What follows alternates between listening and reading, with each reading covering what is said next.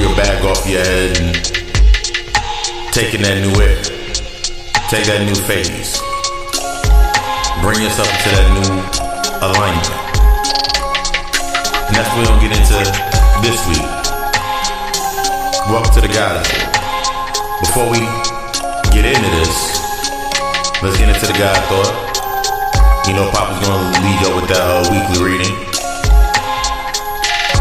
And then we're gonna get ready for another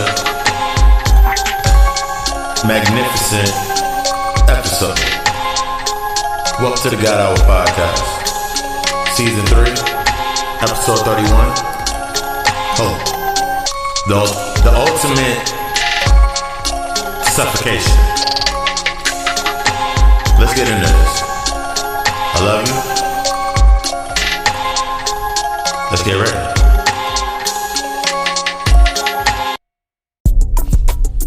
As we get this shuffle underway, get that shuffle underway with the weekly reading. Card fell out. One of the fun facts that I learned, and I'm learning, and I've learned, and I'm learning, and I like telling people, is whenever a card falls out the deck, pick it up. Lay that card down. That's going to be the first card in your spread. Because the reason why I'm saying this is, everything that happens in your life is a reflection of the things that you do. So as I'm sitting here shuffling the cards, getting this shuffle ready, and a card fell out, the first card fell out was the moon. I understand that I'm going past the inevitable aspects of what's changing in my life. And what am I doing based upon those changes? That's what the moon represents. The moon represents those phases that you're going to go through. Things are inevitably going to change. But based upon everything that lays out is what we do at. Everything that lays out after that are the things that we need to work on. The first in that card comes to the Ace of Cups. Second card being the Princess of Pentacles. The third card being the Lover's card. And the fifth card being the Three of Cups. The Ace of Cups represents those changes that we were talking about from the moon card, understanding the shadows to shift into our light, shift our new light. Putting in that work to align and manifest through our abundance.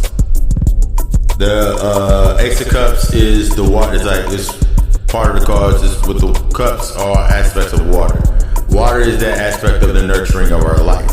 Water is that natural, abundant source of filling to our life. With the Ace of Cups is being filled. Your hand is being filled with everything that you are going to need to put that work into it. Align yourself and manifest to the alignment of your abundance. Not looking for abundance. We have to stop externalizing and being like, I want to have some more abundance. You are abundance. Which leads to the aspect of the Princess of Pentacles. The Princess of Pentacles goes further into the manifesting, the financial opportunities, and the skill development. Remember, when I speak on financial opportunity, I'm speaking about the literacy of your energy. When I think about financial literacy, I don't think about the byproduct of being a financial opportunity. I'm thinking about the energy and the energy in getting to know my energy, know myself better. Because the byproduct is the money. You work on your gift, you work on your talent, when you working on your gift, when you working on your talent, when you working on your purpose, everything that's supposed to come is going to come. You don't have to worry about setting the price for someone to fit. You set the price based on your works. And that's what goes into that skill development. This is about developing your skill, developing your talent, developing and working on what comes up as you need to develop it. A lot of us get bogged down with the thought process of, if I'm doing what I need to be doing, then the changes are happening, and I'm giving, even till it goes to the point, even for myself, when I give out information, I had a long time of giving out a lot of info. I used to give out a lot of good advice for people, and then I wouldn't know how to take it in for myself. What I was showing myself in the reflection is the people that were if they didn't listen to it, it means that I need to start listening to it more. And the people that were listening to it, that was giving me my reflection of my confidence in my external state. Which leads to the aspect of the lover's card. The lover's card represents being at that crossroads, those choices, those commitments, that rising into that love in those partnerships. I always start with, remember, you are the reflection of everything is a reflection of you. Therefore, only you matters. Today is the only day to get yourself in alignment. That nexus point that's sitting there, you're at that crossroads. The choices that you're going to make now based upon how you're manifesting and you're setting your life up, it means for you. It's for the love of yourself. The commitments, sometimes, and I thought about this with my commitments, I used to commit to things and be on and off. But it was based upon my confidence of that hope that something would change. So I was hoping on the inevitable, so when I didn't see the inevitable happen, since I didn't know what the inevitable was showing me, that I kept falling into the same ruts, not doing it over and over again. Rising into yourself in the partnerships or those conduits of the reflections of you growing into yourself. That's the levels. And the last card that I pulled was, of course, the Three of Cups. The Three of Cups represents celebration. It represents that creativity. It represents that collaborations and those friendships. We're going to get very, very deep into this part because a lot of the times we think about celebrating and we think that even when we're running away from something, guess what? You're still celebrating. Whenever you're sitting here bringing it up to the side, when you're screaming out to the rooftops that you hate your life, guess what? You're celebrating that. The universe, your higher self, you move off of the frequency. So if I exclaim to the rooftops that I'm losing, everything around me is going to be in a reflection of loss. But if I move in the reflection that I'm learning, then I'm open to the learning. Everything around me is something that I can now learn from. We got to change our mindset. We got to change our mindset, get our mind in alignment. That way that energy flows through what it needs to flow through. It's time to celebrate. It's time to celebrate who you are. No matter where you at in your levels of where you right now, it's time to celebrate that. Celebrate that because you're about to learn. Celebrate because you're about to become open. Celebrate because you're about to take the steps that the others are not able to take or not wanting to take. You have been chosen for this. This is your path. This has been your weekly reading. Let's get into this episode real quick. Welcome to the God Hour.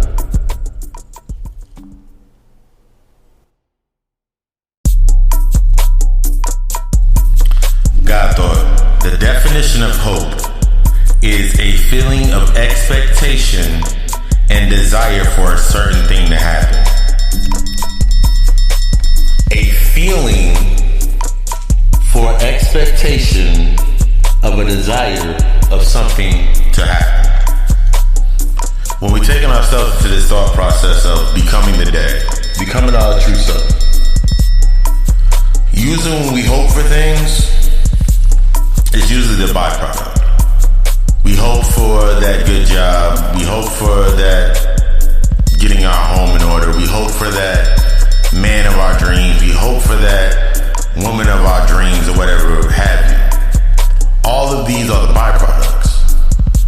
If change is an inevitable factor, it means regardless if you grow or you stay in the same space, you keep repeating the same thing, you are going to get change. It's inevitable. As we're stepping into our mindset of manifesting and creating that hope narrative, that's what stops our discipline. That hoping factor, that's what kind of stops our discipline. Because if I'm hoping for a desired effect,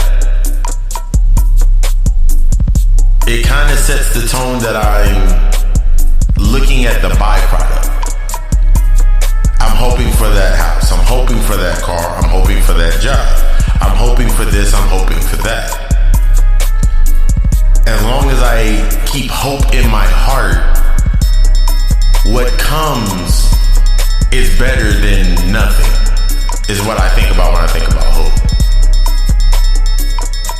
What comes is a little bit of something is better than nothing.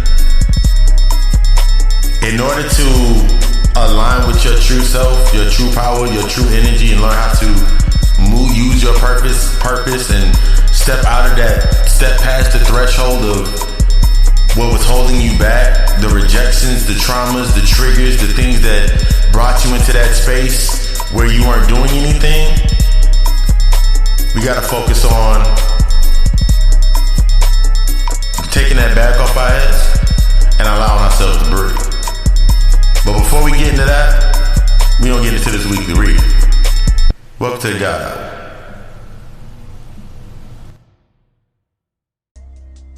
Wanted to be a little sneakier when we came onto the beat this week. Welcome to the God Hour podcast. Papa Lucy, Master of Ceremonies.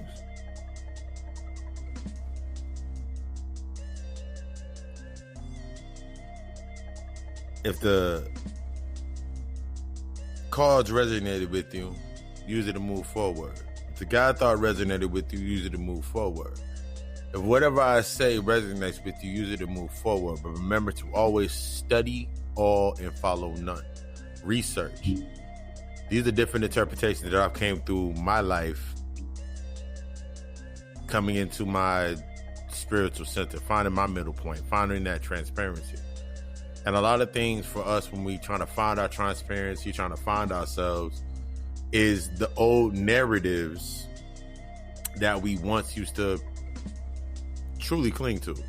Them old narratives that we used to cling to, the old adages of hoping and wishing and hoping for change. And I hope that stuff goes well for you. And it's a sentiment. But as we're going more into our knowing, going more to our knowing, these things, just like the fundamentals of the binding of when people speak on religion, that binding has become a fundamental factor, like a ceremony. It just sounds good. It's like saying hope to me is like saying God bless. God bless you. I have an understanding, like if my grandmother didn't transition, I went to her house, my grandmother would even say, God blessed be. I don't think my grandmother ever said God is good. My grandmother always said God blessed be. I never understood what it meant until I came to this aspect, like, oh, that's what that means. Okay. But we're getting into these aspects of hope. We're going to get into some, the topic of manifesting, setting that tone, not being too serious, not being serious in the aspect of you want this drastic change. Change is going to be inevitable. Things are going to come inevitably. Things are going to happen. That is the nature of this inherently flawed space. You got to understand this shit's inherently flawed, so shit's going to change. It's inevitable. It has to continue changing the factors. What we have to get in tune with when we're moving forward is the changes that are coming, the changes and the shifts that are coming and come into this space. What are you learning from the changes? How is that separation that's being created? How are you using those factors in order to fill your space? A lot of us really don't understand, looking into ourselves when we're making these moves, that's the number one piece. When you set an affirmation, you're initiating change. What you do with that change is either you evolve or you repeat. So you can go through the same narrative after the change has happened, but all it's going to do is come up in a different way, shape, form, or fashion. So that's like if I sat here right now and I say I hope this podcast episode goes well. It's a lower vibrational frequency that pulls from. I hope my podcast goes well. I hope my child does good in school. I hope my girlfriend does this. I hope my baby father, I hope my mom gets out of the hospital. I hope these things happen. It becomes, after you say it after a while, it becomes a redundant factor, because what work are you doing after you say hope? I hope this comes out right. Have more confidence in yourself. It's one of the things that's behind the mask of the external humility, that we're externalizing it based on that outside image. And this becomes a problem. This becomes one of those issues or stunters of your growth within yourself, because you're hoping for that hope factor. I'm saying it over and over and over again because I'm breaking that spell. A lot of the times when we do mantras, you said affirmations. One of my affirmations back in 2000, back in the beginning, was, I remember I went through the mantra of, I no longer hope. And I remember I was saying it out loud one time, and one of my people said, no, you should always have hope. You should always have hope in your heart. Hope is what gets you by. And I was like, I'm listening to them, and I'm like, I no longer want to just get by. I no longer want to be in a position where I'm just getting by. I no longer want to be in a position where I'm hoping that tomorrow comes. I'm hoping that it's sunny outside, because it sets me up for even knocking you further down. Because you wake up in the morning, let's say you wake up tomorrow and it's not sunny outside. What was all the hoping for? We have to come into accepting. Hope is based on expecting. It's expecting. The literal definition of hope is expecting the expectation of a desire. You're literally expecting something to happen. So I hope for change. Think about just think about the placement of that spell. You're hoping for change. You're hoping for inevitability. Change is an inevitable factor. So if I'm hoping for an inevitable factor to happen, and I put all my power into the hope, when the change happens, it kind of takes me away from the responsibility of accepting the change. Remember, you accept, or you're expecting, you're accepting. You can't, I accept everything that comes into my life. And I accept everything that comes up into my life because it's a factor that can be used. Everything that comes up is a factor that's showing me what I need to do next, or where I need to be next, or what I need to think about next, or how I need to navigate myself throughout my space, throughout my life, throughout what I'm doing. Everything does that in that accordance. So when I'm doing this in that factor and I'm thinking about that, I'm always open into the lesson. Because I can hope for change, and if what the change that I wanted to come didn't come, then I'm going to sit back. What am I going to say? Well, what is this? It becomes a narrative because we're not doing the disciplines in order to bring forth the changes and celebrate those changes and celebrate that nuance and celebrate what's coming on. Because you're always trying to hope for the best, but you're never going to, you don't hope for the worst. What's that saying? Plan for the worst, hope for the best, but plan for the worst. Why the fuck would I want to plan for the worst? Why wouldn't I set myself up to everything that I'm fucking doing? This came from a Brother Panic lecture, this line. Set this shit up so everything is in your fucking favor. Everything that comes to you, which you send out, it comes back, it's in your favor. That horrible ass relationship you was in with your baby father, your baby mother, whoever it was, That shit released you. It showed you shit. But if you stuck upon, I hope that one day I find a better man than my baby father, but you never look at why your baby father came up in the first place, then how are you gonna aspire for the evolution or the growth to become the reflection for the man of your dreams, the job of your dreams, the career of your dreams, if you're not putting in the work, if you're not learning from the thing that you inevitably change? How do you know when to ask the questions that are not based upon rejection? Because a lot of people put their mind frame into this thought process. I'm afraid to ask these questions for the fear of being rejected. I might not like the answer. Man, fuck that. That answer is needed. What's not needed is the assumption that it's not the answer that you need.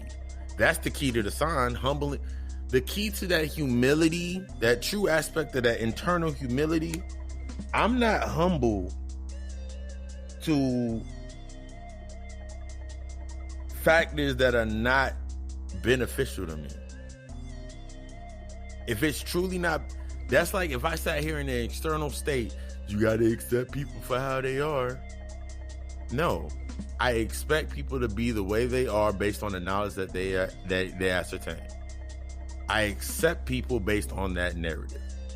Therefore, if they have not accepted the key aspects to heal themselves, I will not expect them to be anything more than what they are accepting in themselves or have not accepted. Setting that fucking boundary. A lot of us, we get scared to set them damn boundaries. I remember for myself personally, and this is one of the big things for me, I remember I was always expecting, one of the biggest things that I did, take a sip of that water. One of those biggest things I did in trying to be humble to the external state was when somebody did something to me, or I was in a certain space, I've always been in the space to be able to provide in some way, shape, or form. I've always been in the space to provide. But what I had to realize for myself, that I was only providing the external or the byproduct. I was providing my energy through money. I was providing my energy through shelter. I was providing my energy through food, through rides. I was providing my energy through the byproducts. So since I was providing my energy through the byproduct, I was only seen as the byproduct. When it came time for shoes on the other foot and I needed those things, I was expecting others to give me in return based upon the byproduct. See, that factor in between that is hidden behind the byproduct is the true intention. Hidden behind the byproduct is the truer aspects that you hide behind. The byproduct hides away rejection. It hides away in assumptions. It hides away in these factors of your identity that becomes burdens on your heart. So now you're trying to be humble to the world and hope that the world gives you something. You're trying to be humble to, you become humble to your job, so you hope they give you more hours. You become humble to the dude knocking you upside your head, hoping that one day he'll stop. You humble to your baby mother that keep your kids from you, hoping one day that she'll get better and she'll let you see the kids. You do not see the necessary aspects or those red flags that pop up. Everything is set to the atonement to train you for something. This is your training ground. This is your training ground. It's going to teach you your discipline. It's going to teach you how to make your moves. It's going to teach you how to, when you start seeing this shit as a training ground, and everything that you invoke into this, to your automaton or your body becomes that tool of whatever it needs to do. That's where the limitless possibilities come from. I have limited possibilities. We are one with the limited possibilities and within the probabilities of every factor of life. We are of the essence of all, therefore that's how we should move. I don't expect anybody to do anything for me at the end of the day, but I accept what is brought to the table, whether it be a negative aspect or a positive aspect. Because the negative aspect that they bring to the table is going to serve me, because it's going to let me understand my separation, and the positive things that come to me that serve me is going to know that I'm in alignment. So I can celebrate when others are going into us. I can celebrate even if somebody's doing even if somebody got an OnlyFans. If somebody got an OnlyFans page and they doing good and they making their money and they doing their thing in their OnlyFans, I can celebrate that. I won't look at them. I won't look at them with pious. I can't believe you would do that. I thought you were. Think of how you sound. You sound just like the people that you claim that you hate. You sound just like them. And then since you don't realize what you sound like, you can't see why that keeps popping up in your life. That full circle effect. You can't see why you have that distaste for your over-religious friends, your over-religious mother, your whatever it may be. You have a distaste because you're acting in the same way. You're on the other end of the polarity. You just changed out one thing for another. I look around my space right now. I got my Papa Lucy tapestry sitting beside me. To the right of me, we got this new Buddha tapestry where he's meditating. That's in the meditation space. The Buddha head sitting on the desk over here. Across from me, I got all of my deities from the Kemetic faction. And over here, right across from me where I'm sitting at right now, I got my conjuring and my voodoo rites with the skulls and everything sitting up there. All of these are aspects of myself. All of these are aspects of everybody within this space. All of these are aspects of the internal me. I don't hope that when I go there meditate that Buddha bless me, because within me is the aspects of the Buddha. I don't go over there to my altar that's sitting over there and have the conversation. I do have those conversations with Basset and Anubis. I got Basset and Anubis over there. And I have those conversations, but I know I'm having a conversation with myself. I'm tapping into my inner child, my inner imagination, having that conversation. I'm back to that aspect. There's no hoping or wishing. I'm not going to sit here and be like, oh, brother Buddha, with your wisdom, apply wisdom upon me. No, because I'm not hoping for that. I know if I sit over there and I sit in that stance, I look at this picture, I look at this tapestry, and I look at what it symbolizes, I pull out my own answer from the deeper inner aspects of myself. What comes up as I do that, what it represents, what these things represent based into your manifestation, and you setting your tone and your intentions, what it represents is where you're trying to reach. So as I'm sitting there, if I sat there, let's say this was like 3-4 months, let's say this was like 6-7 years ago when I came into my aspects of myself. If I had a tapestry and I put Buddha on the wall, the first thing I would have to do is, where am I going to put this? So I have to take something off the wall to make room for it. The next thing I'll have to do is set up time in this context, set up time to actually sit down and do my meditation. So I had to remove something else. The change is going to be the inevitable purpose. That's the root. That is a symbolism of the root of my changes. Everything that comes up within your space, that's the things you got to work on. A lot of us want new houses. A lot of us want new cars. A lot of us, you want new money, but you're not doing anything within the new aspects of yourself to get it. Instead, you stay within the old struggle mindset, default, and the old oppression default, and reflect that outside of you every damn time. You reflect the same damn problem over and over and over again. And then you hope that it gets better. You hope that it changes. You hope that something got to give. But Think about the vibration and the frequency you want when you're saying it. You crying out for hope. You crying out for change. You crying out for something inevitably to change. Then something changes. Whether it's positive or negative. In the same inevitable change, COVID-19 hit. They talking about a second wave or whatever the fuck they talking about. And you sitting there, what did you do when you sat on your ass? Some people had to sit down. It was a change of scenery. A lot of people had to sit their ass down. A lot of people had to focus and regroup. And what they were actually doing, for some, not all, for some people, all they were doing was what they should have been doing before.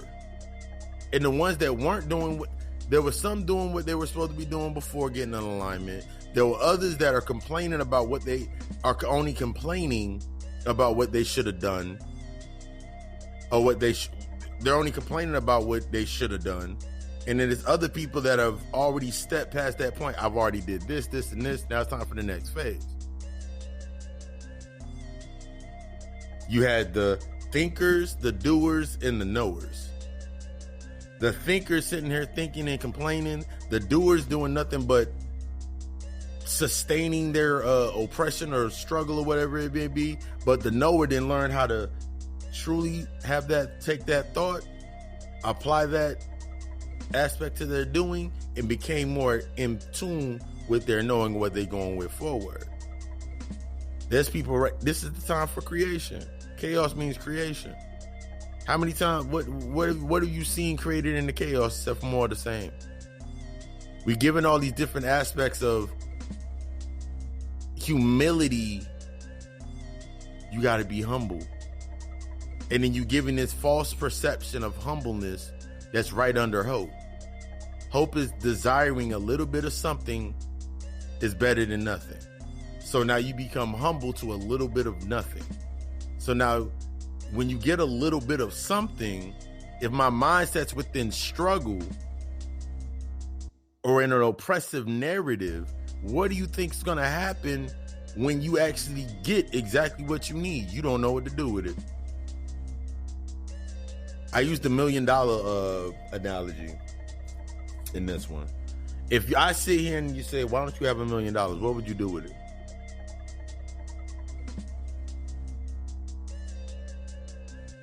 What would you do if you had $1 million right now? I can go line by line what I would do with $1 million. I can go point by point, key by key, lock by lock, unlocking, and tell you everything I would do with $1 million. I would tell you how I would use it, when I would use it, where I would use it, in what I would put away, what I would invest in. I can go down the line. That required the work. That's the work to get you into the alignment with your energy. Because I remember the first time I looked at a list like that, it was like similar to the list like what you gonna be in 5 years. And I remember sitting at my $1 million list, what I would do with $1 million. And I remember I sat back for a good month with that. I took that mantra in my mind. And I was looking at the things I would need to do. And I would be studying. I would be looking at all types of, I love documentaries anyway. I love documentaries. I love being able to read. I love lectures. I love that shit. I love enriching myself in that level. That was already a staple within myself.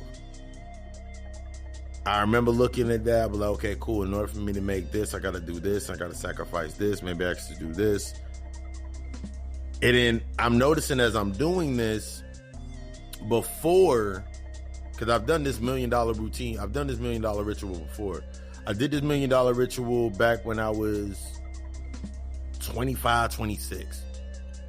And I did it as recently as when I turned 30. And then I did it again when I turned 34. And when I looked at the disciplines within the list, when I looked at the things that I wanted on each list, And the things on the list started to change as I grew up, as I was coming closer and closer to myself. Until when I turned 27, when I really became aware of my surroundings, aware of myself, the list changed almost completely. And now I look at the list, and the list is nowhere near as complex as simply put. But I look at what the branches and the trees from my list, and I see what I have to do, and 95% of my list is complete. The planning aspects within your list are complete. So my humility to myself to be able to envision this is what made it complete. The external struggles and the external conflicts that I used to harp or used to stay attached to no longer exist. This includes the friends and the family and the job and the aspects that were no longer serving me a purpose. I've never felt better. I've never been more humble to my heart. I've never been more humble to myself. I've never had such an imagination.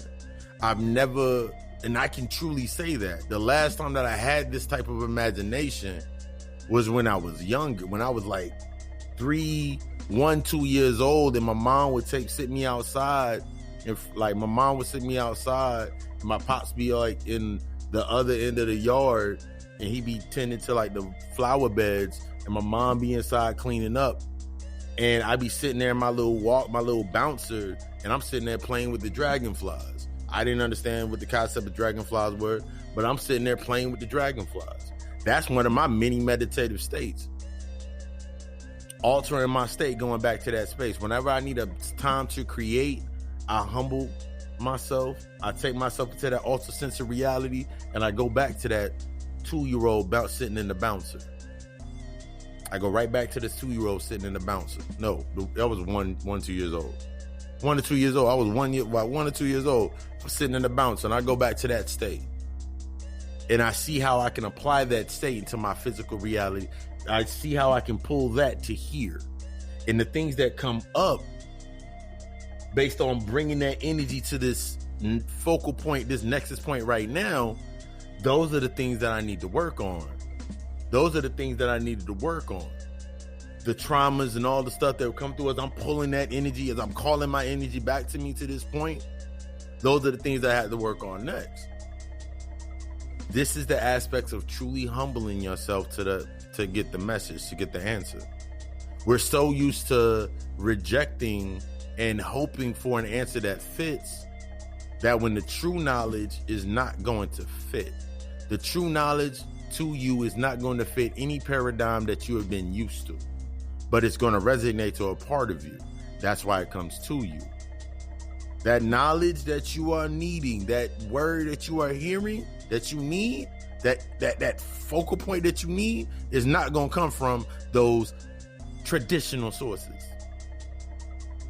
Fuck tradition. Fuck tradition based on the fundamentals. Fuck morality based on the fundamentals of this space to maintain that space of humanity. The information that you are going to get is going to come from the source that you are not used to getting it from. It's going to come from that darkness. I remember somebody told me, and I remember I laughed at it the first time they told. I remember when someone was like, "Man, you curse a lot whenever you speak." And this was like back in the day before I listened to one Bobby Hemmett lecture or Phil Valentine lecture. This is way before I was even listening to even peep the elders and the master teachers lessons. This is like high school days. I mean, you curse a lot whenever you give out a lot of good information, but you curse too much. I remember when I saw that Bobby Hemmett lecture, he was like, "Nigga, that's part of the spiritual aspect." Letting go of the facade that humanity puts on you to have to be within a perfected space. Only thing perfect is death, and death is the doorway to knowledge. Humble yourself.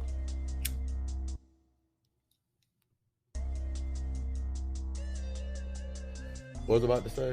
I'm about to do something. Oh yeah. As we're moving back into our true self, it requires that humility of the heart. Understanding that tone set is what's needed for the space to come through. You're going to have to be in the most humblest spaces, and we're going to get deeper into this. Some of the most humblest spaces in order to see what you need to work on, where you need to be at. You need that humbling factor of that betrayal to set you down on your ass. I remember it was a long time, way back in the day. I remember I said some shit and it hurt one of my sister's feelings. I was like, those kids is forcing you to sit down on your fucking ass and start running around looking like a dumbass. And she looked at me. I saw the tears line up in her eyes. I saw the tears line up in her eyes. Because she wasn't ready to accept that truth. But we're going to take this to the first break. Let the sponsors get some. And then we're going to get back into this. Welcome to the God Hour. You feel like you got a voice, feel like you got something to say? Feel like you have something that can move the masses or get everybody tuned in and you want a bigger audience? Whether it can be anything from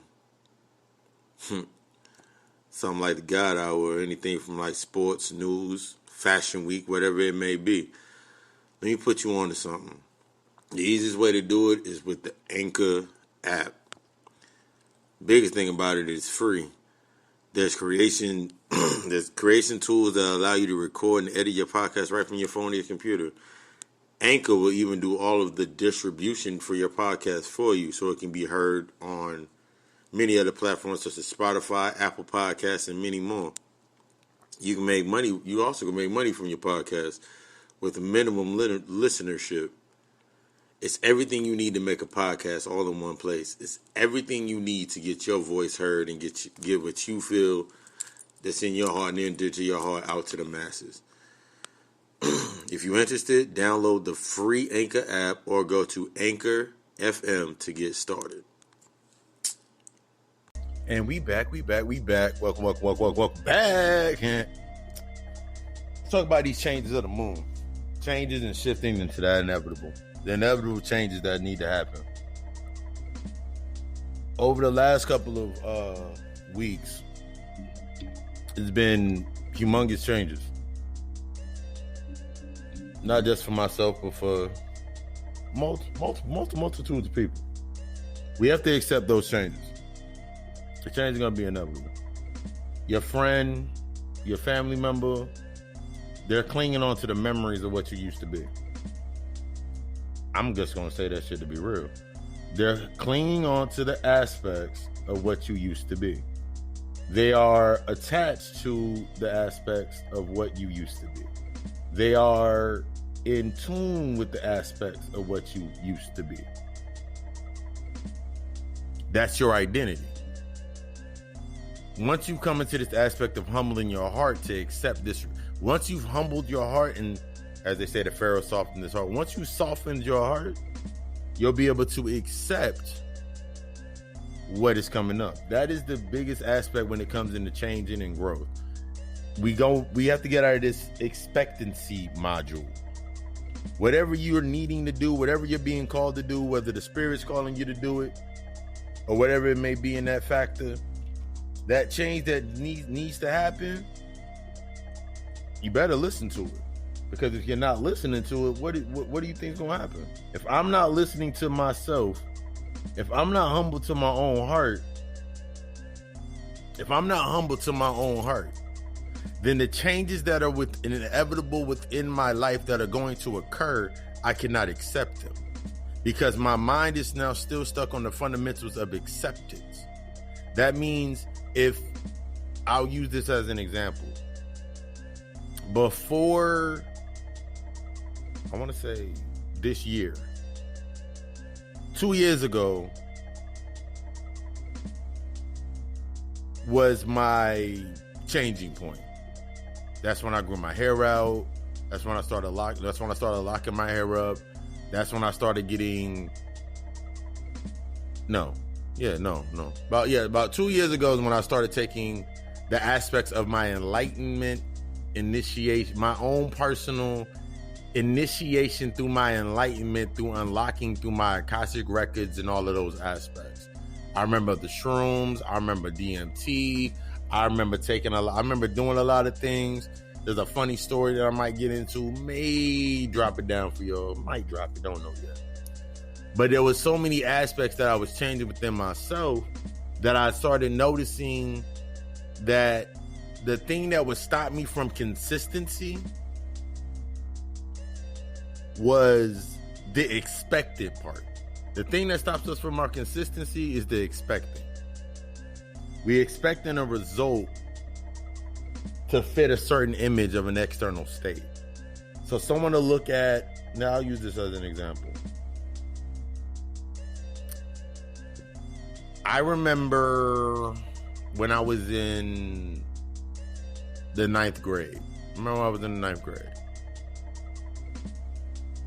9th grade was that big ceremonial year for, you know, you going from middle school. For some of us, we go from middle school, like the way at that time was like, for me, was like middle school was like 6th, 7th, and 8th grade, and 9th grade was just being knocked off. So by the time I got to the 8th grade, by the time I got to the 7th grade, into my 7th grade year, my 8th grade year, they ended up switching. 9th grade was going into the high school format. So 9th graders was in the 4th grade in a big boy school. And I remember looking at that as a symbolism for me. It was a very big symbol in one of my lucid dreams. And I remember looking, and I remember my 6th grade year when they took 6th grade and they moved it to middle school, the middle school aspect. That was a big initiation for me because I was one of the many first 6th graders to be going to middle school. We weren't in grade school anymore. And I look back at that and I remember I didn't see how big it was. I thought it was big. Like, yo, I get to go to middle. I didn't really look at it until like I had an alpha mode. I was like, yo, I was one of the first 6th graders to actually go to middle school and not be in grade school with the elementary school kids. Right there in front of my face, a lot of my whole dynamic of how I view life was changing. And this is the simple aspect of a moment to realize that my consistency, my being off of my consistency actually started at that point. Because I wasn't aware of what changed. I wasn't aware of how that change would shape the rest of my life. I wasn't aware how that change would change the dynamics of how I moved. I remember being in that aspect, and I remember the first year going there, I remember running around. It was like kids bigger than me and shit, and I was like, oh shit, they're too big.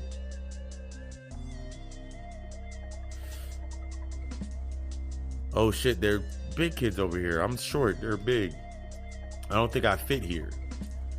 And I said that to say this: your consistency is not going to be based off what anybody else says. There's going to be people that seem to be further ahead than you based upon imagery. If you're looking at the external state to fit if you're looking at the external state to match your internal, if you're looking at the external state of your being to be what sets the tone for what your internal state's what you're supposed to feel, you're stuck within the fundamentals of religion. You're stuck within the conservativeness and not accepting your anarchy or your primordial self. Your primordial self is going to be the purest aspect of yourself. So when you think about this, I think about myself being that 6-year-old, that 6th grader, being around these bigger individuals, these big kids around me. And I'm like, I have to learn. Inherently, I knew I had to adapt to the space. Now, when this happens, when that change happens, naturally for us, we tend to cling to things that are on the frequency that we were at that point in time. When we're doing this thing in an unconscious mindset This consistency based upon the trauma, it's a new initiation. We look for we read these texts and we don't understand that the initiation process is repeated. And that's the reason that it resonates with us as a repeat of our life cycle. Every time you're coming through another life cycle, you're going to meet the same exact initiations as your last cycle. I can go back to the time, 6th grade, when you turn about 9 years old. When I turned 12, I was in 6th grade early. When I went to the 6th grade, I was literally I was like 12. And then that was one of the moments came up in my meditation. I was sitting there like I was 12 years old. And I was like, this is big boy school. This is where I really learned life. This is where I learned the teenage life. And I'm thinking about the teenage life and I'm like, yo, this is an exact reflection to going into the mystery system. Back when the mystery systems were flourishing.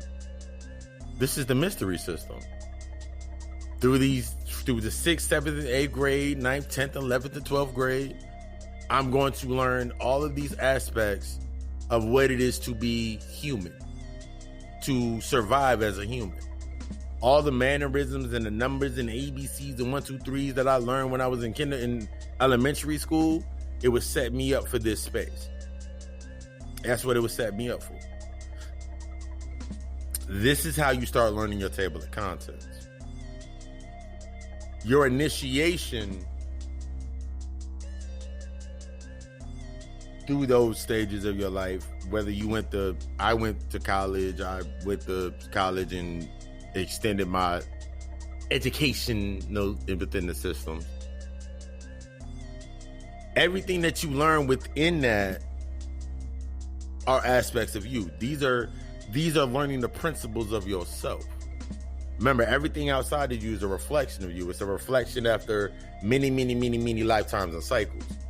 So all of these things come together within that web of those nexus points that you're going to find to be able to quantify and use it to your advantage. These are things that cannot be taught on the intellectual level because it requires you to actually step into your genius, actually applying it. Genius, remember, genius simply means to want, the want to know. Genius simply means the want to know. Intelligence is that gnosis created from that wanting to know. So when you start looking at everything around, you start seeing how everything matriculated and fell into this space and what it was used for. This is another aspect in becoming consistent. I had a problem with consistency. A lot of us have a problem with consistency.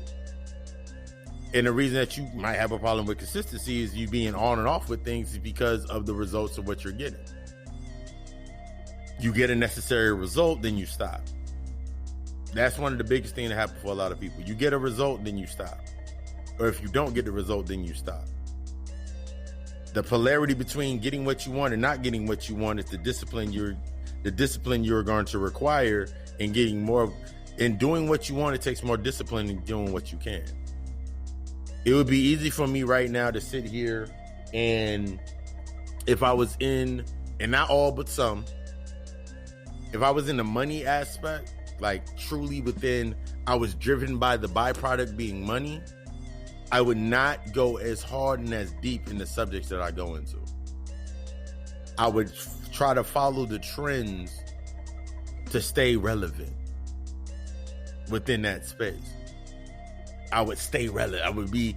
I always stay on top of the trends and stay on top of they talked about Black Panther. I'm gonna do a breakdown about Black Panther. They did and I'm not saying this to the ones that are humble to the heart and that's your calling and that's your purpose in order to lay that knowledge out.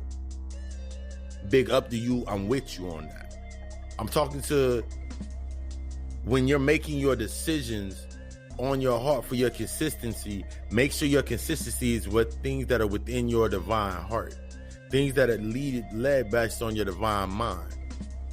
I'm not talking about the things that try to fit a narrative. You can tell when somebody's actually putting their hard work into what they're doing because you'll see other people say, you ain't ready for that. That ain't you. The person that criticizes you, no one above you is going to criticize you in a manner to say that you are not doing a good job.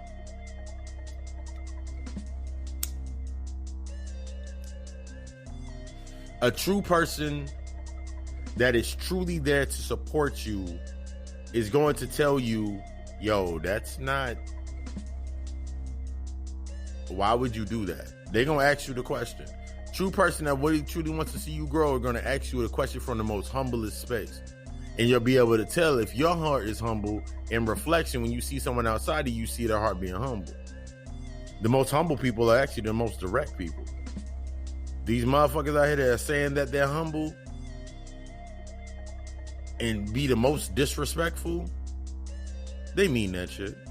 They need you to attach to them. They need to see your emotions fly. They need to see you angry. They need to see you out of balance. I refuse to be out of balance by anybody. I refuse to let anybody take me out of the state of me. Once I found myself, one thing about that, when I found myself, I refuse for anybody to take me out of the state of taking me away from my stuff, taking me away from my centered self. I'm way too centered, but don't get that wrong. I still will knock somebody's head clean the hell off. I'll gladly knock your head clean the hell off your shoulders. Trust me. Trust and believe. I'll gladly knock your head clean off your shoulders if I have to. But that's all a part of the growth. That's all a part of the growth. I am wise enough to know that I'm not the same. And I'm humble in the aspects. I'm humble to know that I am not the same. I'm wise to know that I'm not the same, and I'm humble to gain the compassion in understanding that very aspect.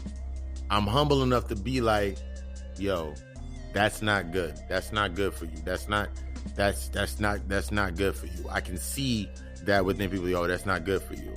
And I'm humble enough I'm wise enough to be able to speak when I need to speak. And I'm humble enough to accept the answer that comes based on that speaking. Because if I tell somebody something and they haven't embraced that level of healing, or they haven't embraced that healing yet, I have to be able to accept that answer, and I can see it as I'm bestowing a seed upon you. In time, you'll understand. And that goes into one of those aspects, like, you remember when your parents did, when your mother and your father always said to your pops or your mom, your uncle, whoever raised you, said to you, I'm doing this for your own good. I'm doing this to teach you something. They were teaching you something. What they were teaching you was based upon the knowledge that they had. They were teaching you to live within the space. This is one of those things when I have conversations. People have asked me about parenting, the parenting questions. So what do I do about my child and wanting to get them into spirituality? Nothing. This is one of the hardest things for a lot of people. They'll take that aspect and be like, so what if I want my child to understand you can show them, you can guide them, you can lead them the way. But if it's not for them, it's not for them. This is one of the biggest aspects that a lot of us do not like accepting, is if it's not meant for them, it's not meant for them at that time. If they do not see the light, let me readjust the microphone. If the light's not within them to see that yet, they haven't got to that level of light. They haven't got to that level of light. You cannot force something that is already inevitable. Change being inevitable, you cannot consistently try to change somebody because it's an inevitable factor. They will change at their time. That this may not be their cycle for them to change. This goes into when you get into a relationship and you think you're going to change this dude for the better, you're going to change sis for the better. If she's not humble to her own heart, she cannot see what you're going to do. You may have the best interest at hand, but if they ain't ready for it, they ain't ready for it. You have to accept that factor. This will stop you. This will stop that barrage of negativity that comes with shooting down your consistency and you consistently being the best you. If they ain't ready for it, they ain't ready for it. They ain't ready for that type of consistency in their life, they ain't ready for it. You can't force them to be consistent. You can't do the, what's that movie? It's not something about Mary. It's the movie with Ben Stiller and Jennifer Aniston. And he was like trying to change her and she was trying to change him. This ain't like that. This ain't no movie. It's a movie, but it's not a movie. This ain't a movie, but that ain't your part. Your part is not to invoke change in anyone else but you. Become the example of the change. Become the example of your evolution.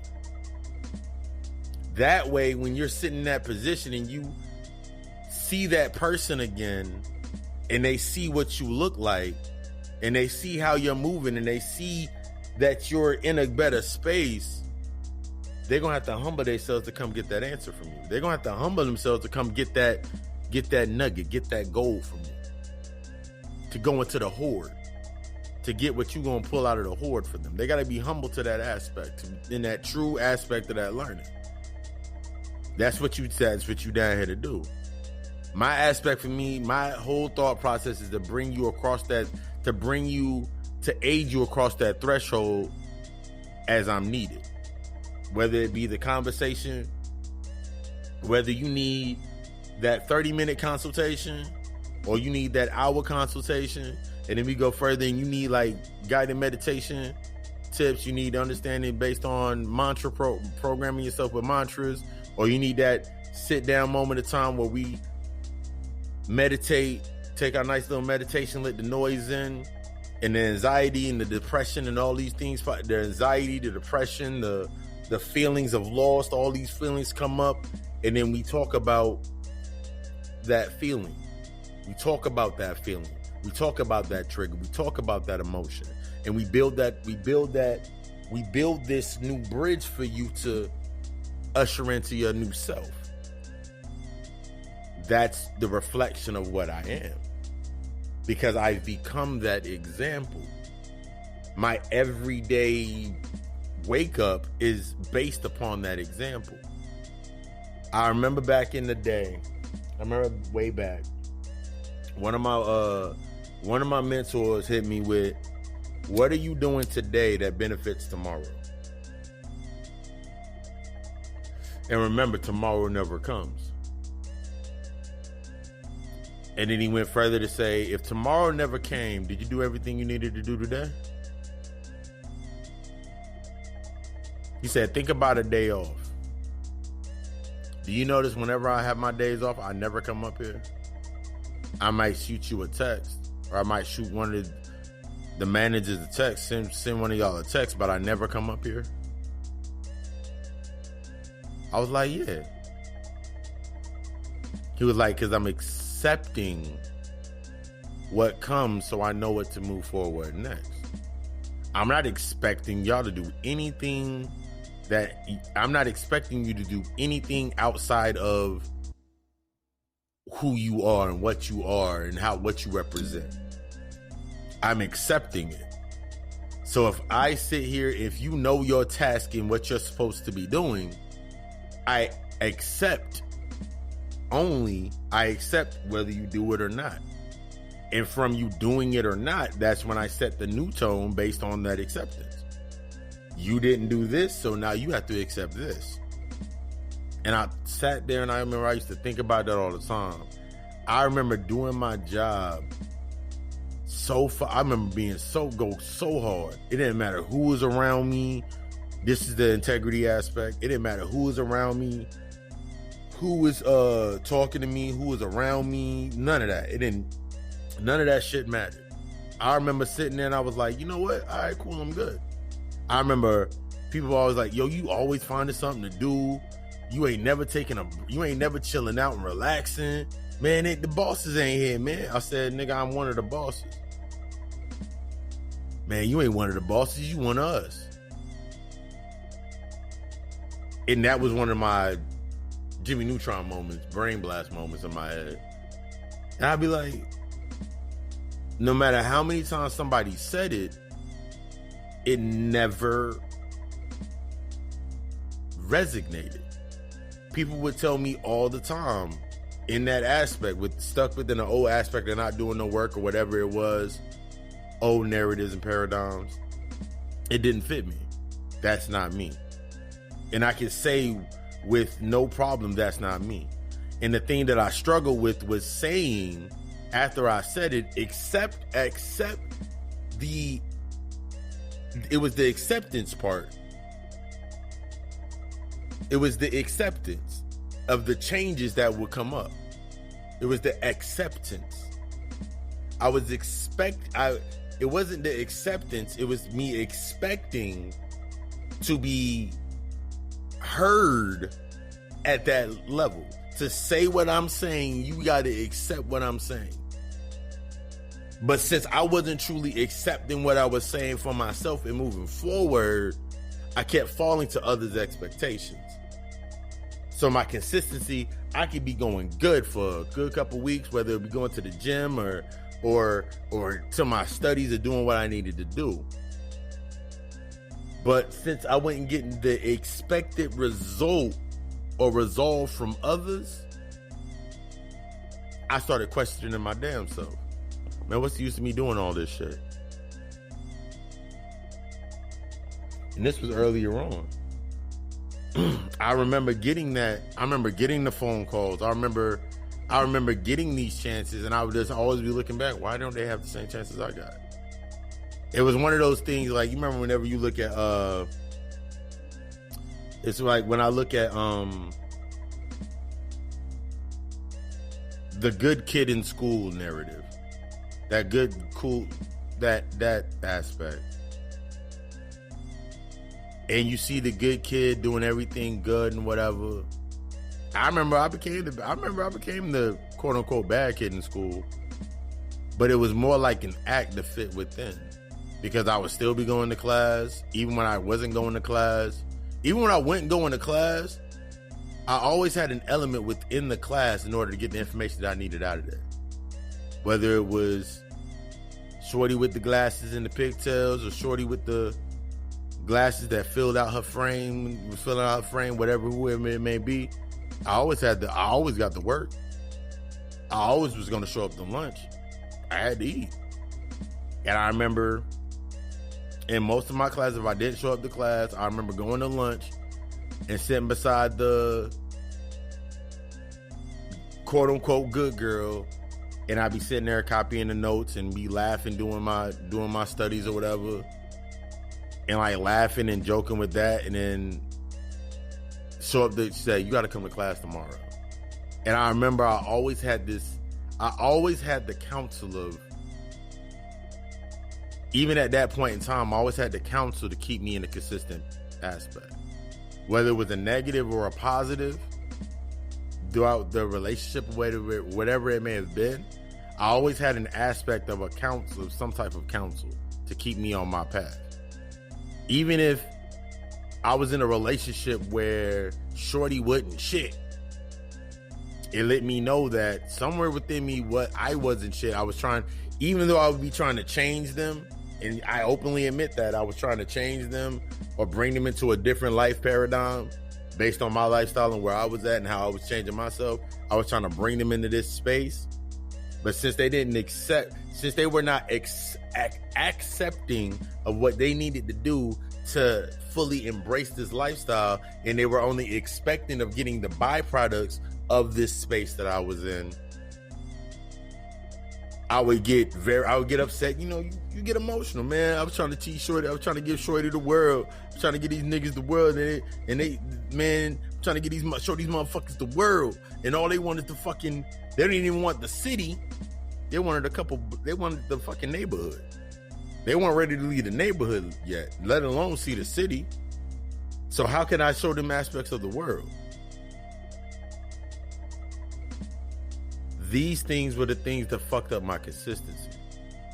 The only thing I was consistent with was staying within that space to be accepted, to be what was expected. And I was killing myself because I was being less than when I accepted of myself. I was being less than what I expected of myself. The only time that you look at expecting something is when you put that work into yourself. I expect the result. I expect that this work that I'm doing is going to take me to the next level. And I accept everything that comes from my works. You dig that? Like, I accept everything that's coming to me based upon my works. And I expect nothing less. I expect nothing less. And the only way to stay in that constant stream of being in a line with never expecting anything and always accepting everything is to do the work with what comes up. That full circle effect, that spiral effect. There's like motherfuckers out here right now that's upset that they ain't making no money. Nigga, the shit changed. Nigga, you gotta change with it. You gotta elevate with it. There's people like this is the aspect. We don't get into it a little. We don't get into it after. We don't keep going. There's an aspect when you're going into your mind, like people are looking at. I don't understand now. I understand why, but then on the other end, you got to understand both sides of the spectrum, the both sides of that parallel, that polarity. I understand why motherfuckers still want to be out in the street, sell dope, because it's money. You ain't really got to do no work. There's no discipline in doing what you can. There's less discipline in doing what you can based upon someone else's set tone and narrative. There's more discipline in doing what you want and what you want to create to desire.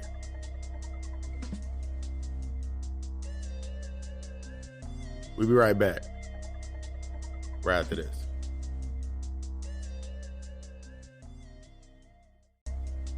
Woo! Right before I left off on that thought. There's more discipline in doing what you want, doing what you desire, than doing what you need to do. A lot of times we come into this big aspect for ourselves and we get lost in. The story I was just telling was, I understand why most want that easy way, that easy route, because it doesn't require anything. It doesn't require any real internal work. You can hide behind I now understand a lot of these things because I can see it from that point of view, see it from that scape. I got that bird's eye view of that scape. So for a lot of things that we do, it's easier to do it because you don't have to accept factoids or initiate true discipline. The one thing that I tell people, it takes me a lot of discipline. It takes a lot of discipline for me to do the things that I do, just in the narrative of everything that I do on a regular day-to-day basis.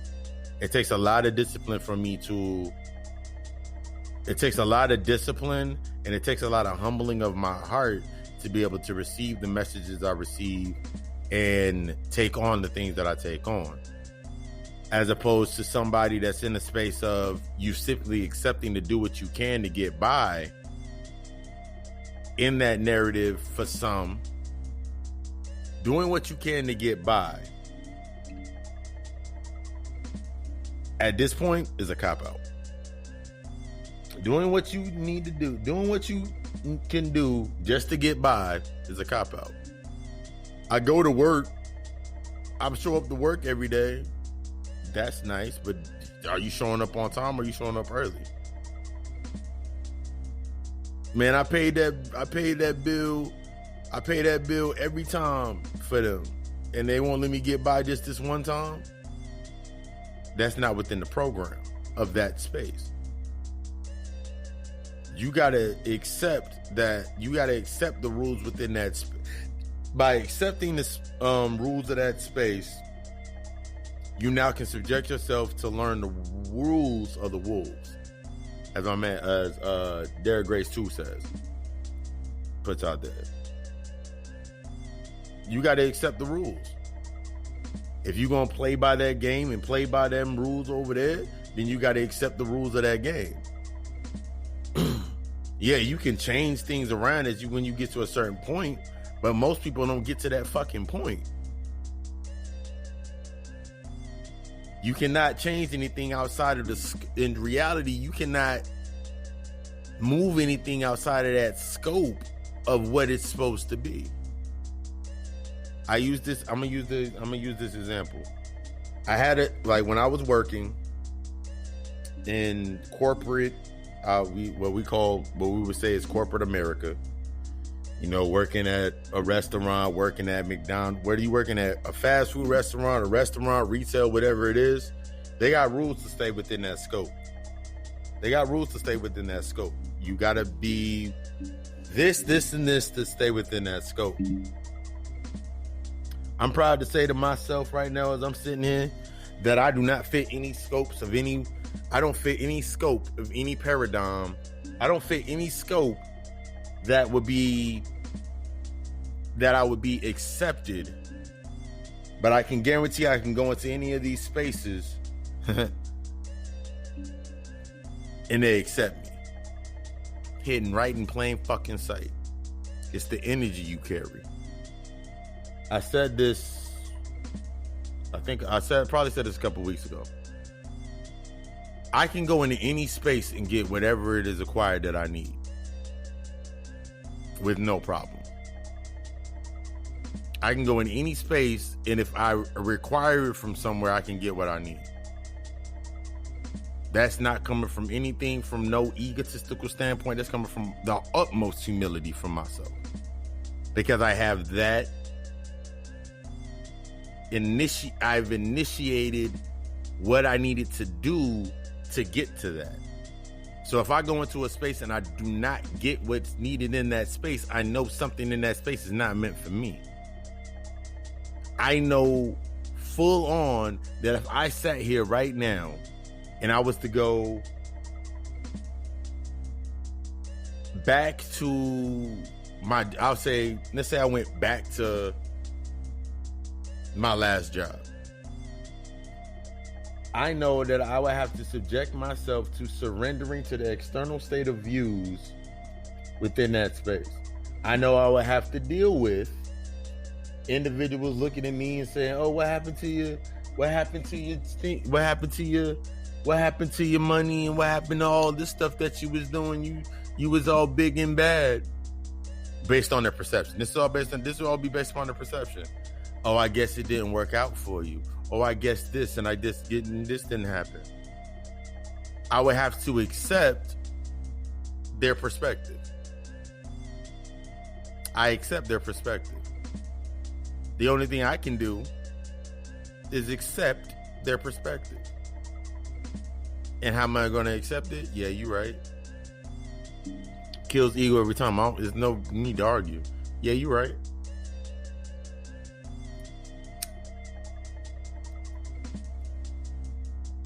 Because what to kill their ego even worse, what you been up to?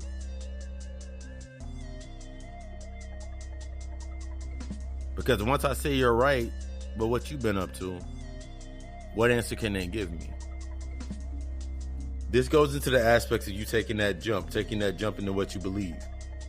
Based upon the knowledge that you've acquired and you started applying based upon your healing and accepting that you got to make that jump. You got to make that move. When you move in that narrative of hope, it kills you. The narrative of hope will kill your dreams. It will kill your drive. It'll kill your true self. What hope does is it bolsters your humanity. It bolsters your ego. It bolsters your identity. Because you can sit here and put that space in there. Hope puts you in this false constraint of time that if I sit here in this space and I'm not getting the necessary result that I'm looking for, I can be really close to it because shit is getting heavier, shit is getting harder, shit may be getting harder, it's getting difficult to maintain certain things. What are the things that you're not able to maintain is what you should be looking into. It's getting hard for me to maintain having conversations with my mother because my mother keep bringing up certain shit, and my friends keep bringing up certain shit, and family members keep bringing up certain shit. It is getting harder for me to be able to maintain. What are you trying to maintain? The expectations of others? You're trying to maintain the exceptions of others? The expectations of others based upon what they're at? So naturally, unconsciously, you accept what they're saying to you? You accept that they're telling you that there's no way for that? That don't work? That's not gonna work? How can you accept someone else's perception when they have not been through anything that's even an equivalent to what you've done? And when they have been through it, more times out of 10, when they say it to you, it's coming from a space of disgruntledness that it didn't give them what they wanted. Man, that shit don't pay no money. That shit don't pay no money. That shit don't do this. You letting other people's perspective stop you? At this point in time, if it's not helping me grow, I've removed it. If it's not giving me what I require, whether it be the lesson I need to learn or a reflection to let me know I'm in the right space of alignment, why is it around me? Motherfuckers get mad. Motherfuckers are going to start getting mad at you if they have not already been mad at you when you start actually setting your damn boundaries, setting your fucking standards. They're going to get upset. They're going to be really mad with you. They're going to feel some type of way that you made that space because you are no longer under the eye of expectations. One thing for myself is I exceeded all expectations. That was one thing that was always told to me as I was coming up. I heard it more outside of my family and outside of those old circles than I heard inside of those circles. Till this day. It was funny, I was making myself some lunch and I had an alpha thought to myself. And I was like, you know what? A lot of my family members on my Facebook have unfollowed me. A lot of people have unfollowed me. But I wouldn't notice it because every time I look at my friend list is going up. But what's coming up in my friends list, what's coming up on my feed is tuned to where I'm at or where I've been to that path. That's what I'm seeing more of. And I'm noticing that the more I change my internal state of being, the more I'm starting to see that. Now, in the beginning, I remember my Facebook page, it went from, I think I was at like 534 friends at a time. And that shit went down to like 106.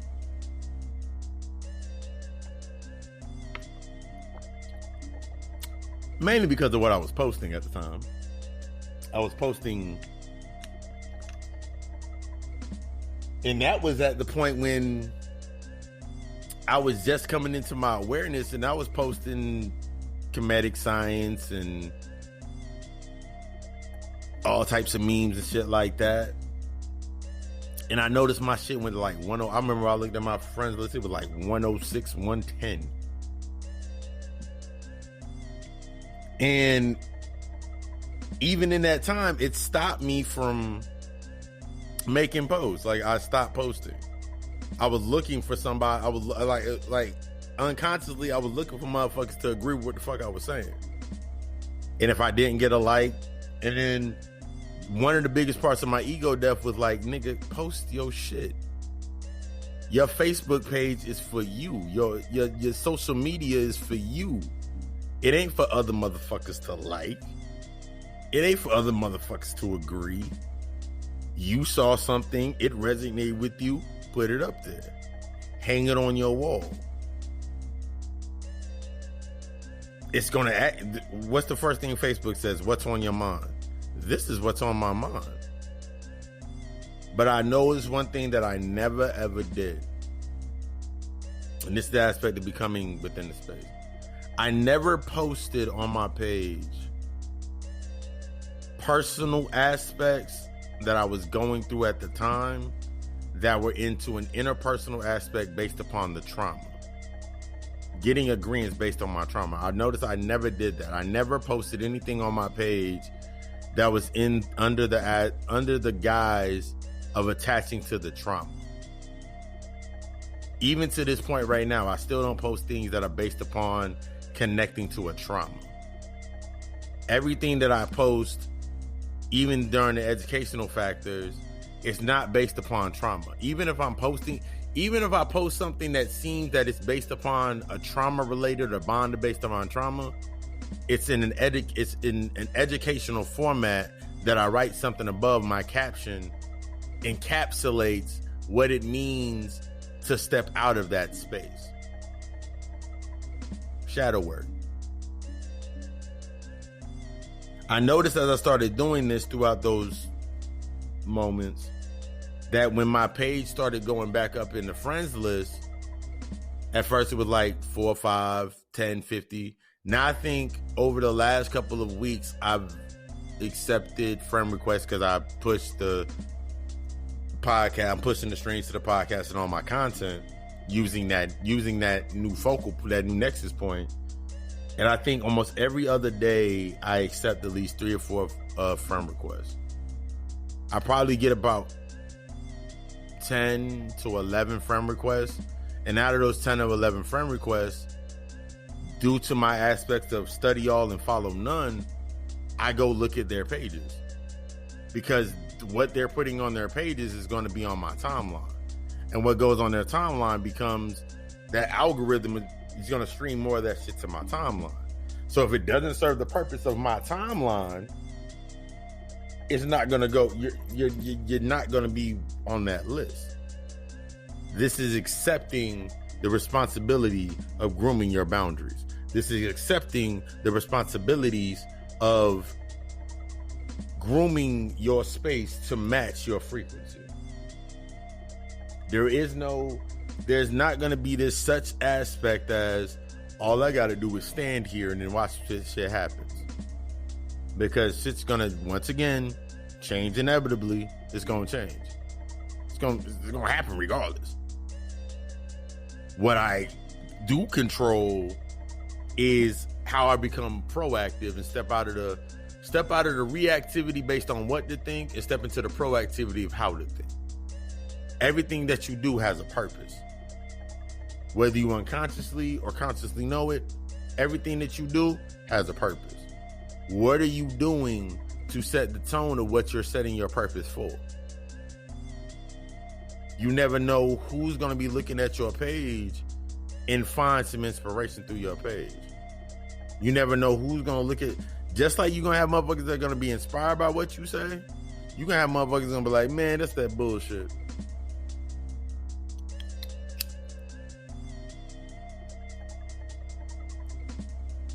I accept both. They always say you're not doing nothing right until you have haters.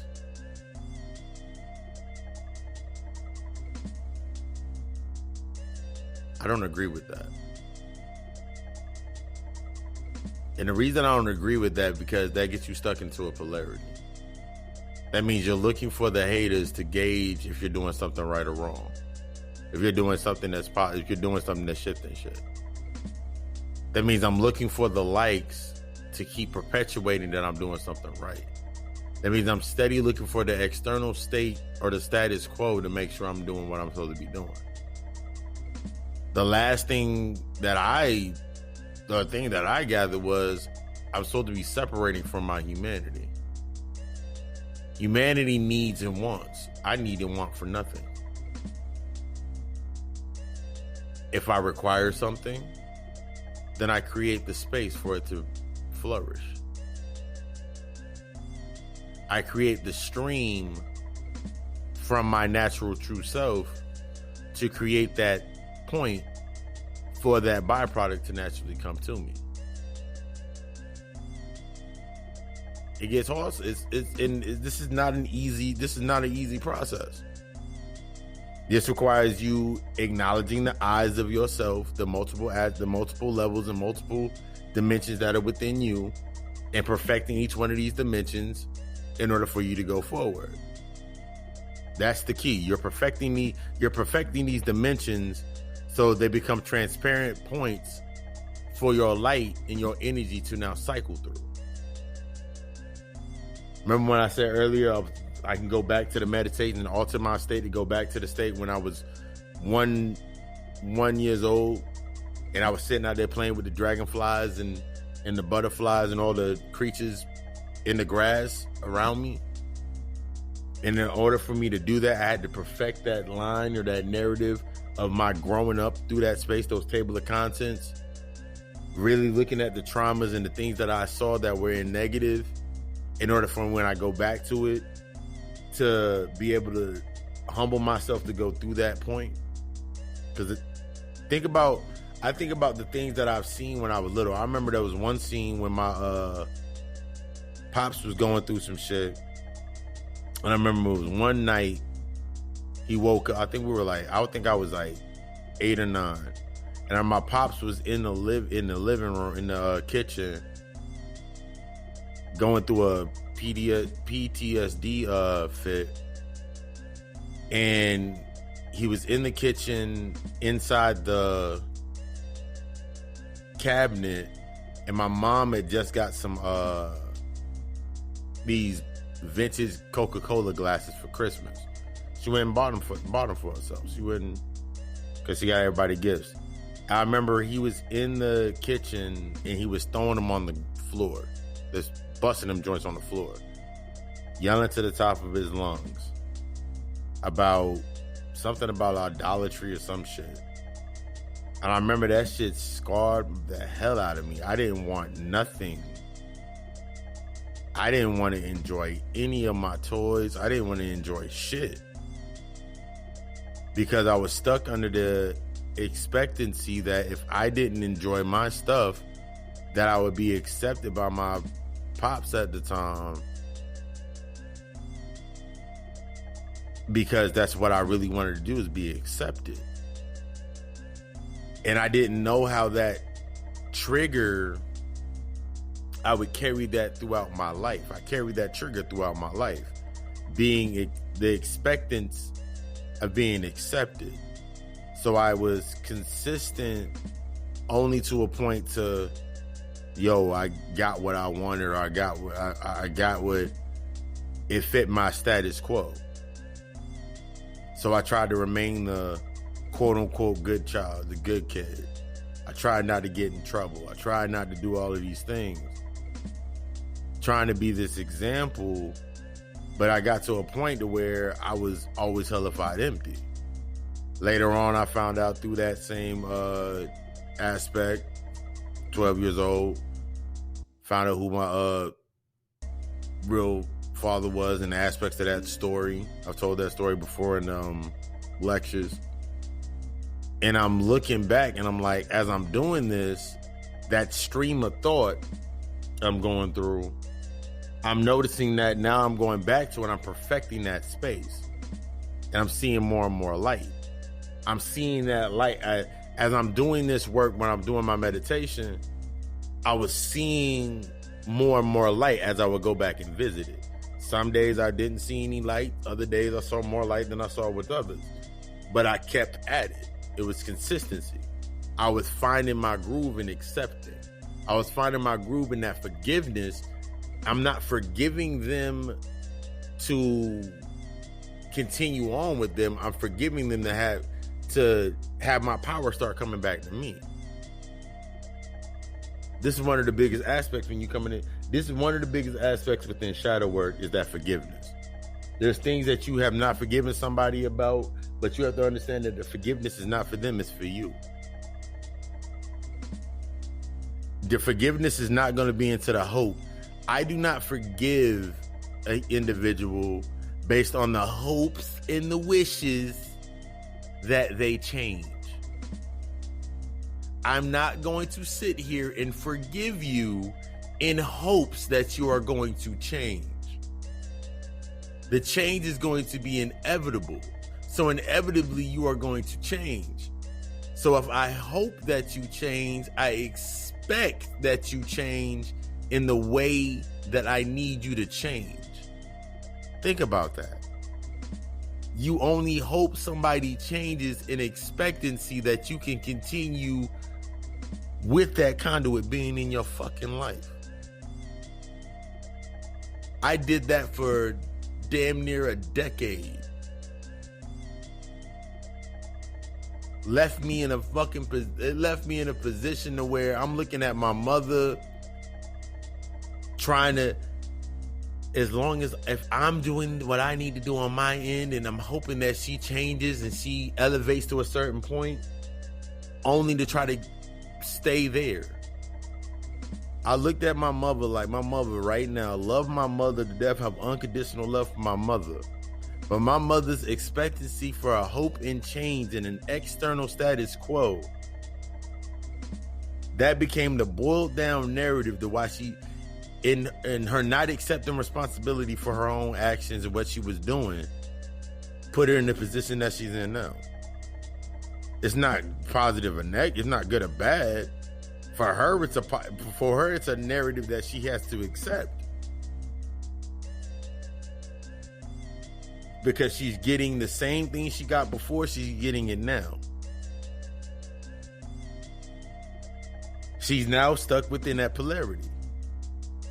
I can look at family members that's still stuck in the same polarities. That's the family or the relatives. I related to them based upon those traumas. I no longer relate to them. So the definition of family is no longer given to them. This is one of the coldest factors. It seems like one of the coldest factors. It can make you seem like you have no compassion. It makes it seem like you don't care. I don't give a fuck. I don't care. I have the utmost compassion in understanding the why. And leading to the aspects of understanding the why.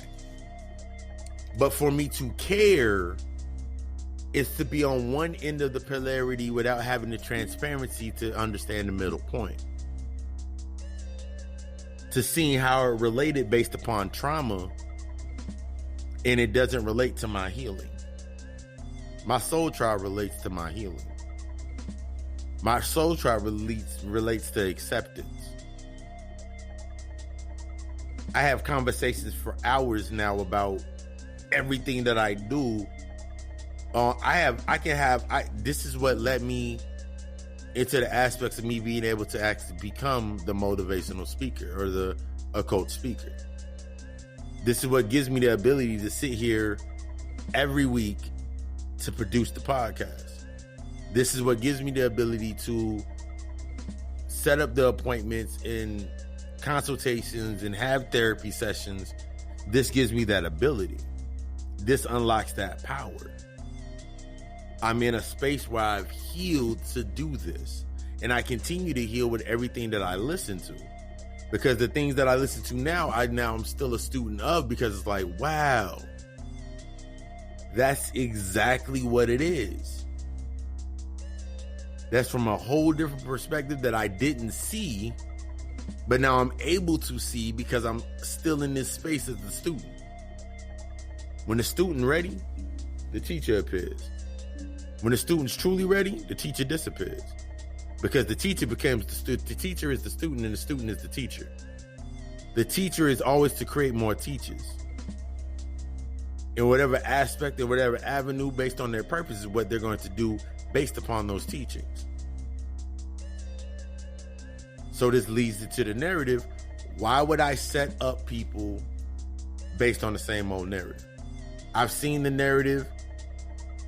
I've seen it change things. I've seen what looks like growth. But then at the same time, I'm seeing that shit has now fell off. I will not teach a child. I will not teach anyone based on narratives that no longer exist on this paradigm. Unless I just want to have more followers. I don't my whole aspect is study all and follow none. The ones that, for you that listen to the podcast and have been either rocking with me since the beginning from season 1, or you came in season 2, whatever season you came in, and you still listen to it every week, this is who I do this for. This is that aspect. This is my example of what the example is, to speak from your truth. The ones that have been rocking with me ever since I've been doing the God of Co-Alchemist in my YouTube channel, that are subscribed, they're not subscribing to me. Some may be, and those are the ones in the beginning. I can tell, I can see the ones that were following me based on needing an external savior, and the ones that are following me because this resonates with an aspect of them in their path. I can see that. I remember looking at a Brother Panic lecture, and I remember him stating that, and I was like, it makes sense. I was parented in under that energy, and I was like, that shit makes sense, because I'm seeing it in real time. I can see those aspects, being that seer, tuning into my intuitive and my psychic abilities, my clairvoyances. I can see those things, and it makes me more humble. You know when you're going in the right space because it makes you more humble. I know I'm going in the right direction because every time I do it, it makes me more humble. The conversations that I have are different. The way that the people that reach out to me are different.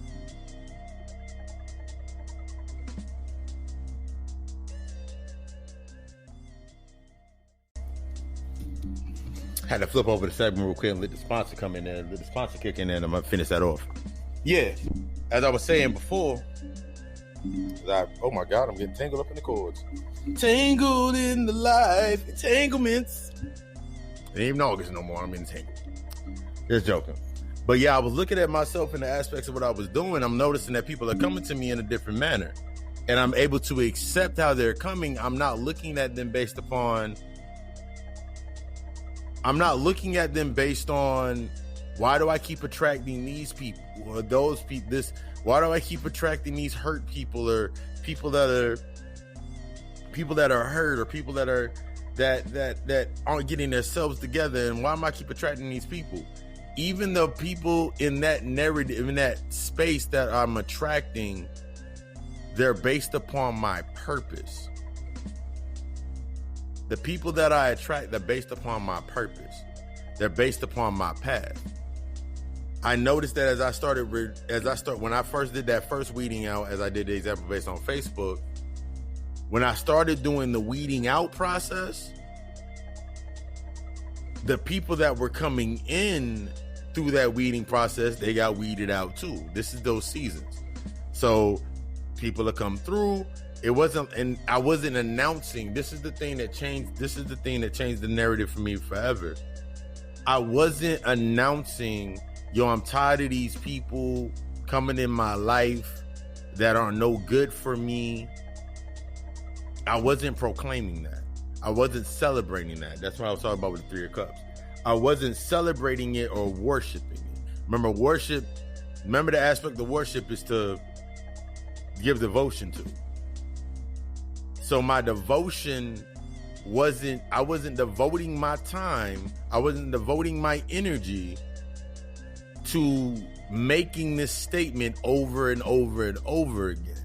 And I noticed once I stopped making this statement over and over and over again, since I wasn't devoting myself to that statement, I was becoming more and more aligned with my purpose, and the individuals that were coming in reflected what I was being drawn to. I'm drawn to this aspect to be the healer. I'm drawn to this aspect. So I have to be accepting of the ones that come to me, and no matter what shell they come in, I'm accepting them as they are. They come in as they are, and I'm accepting how they are.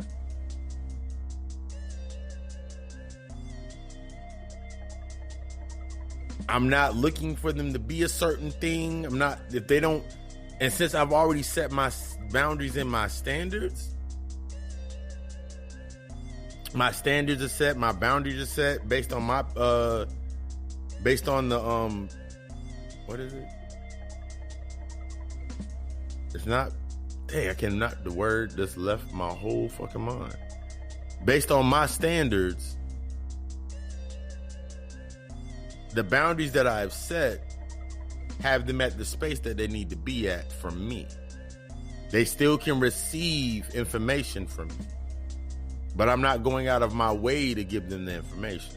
I'm not going out of my way to give them the information.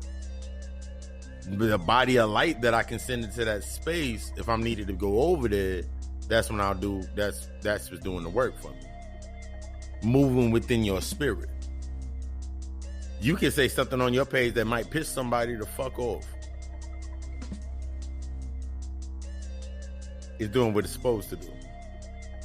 Your response is the only thing that you are required to take responsibility of.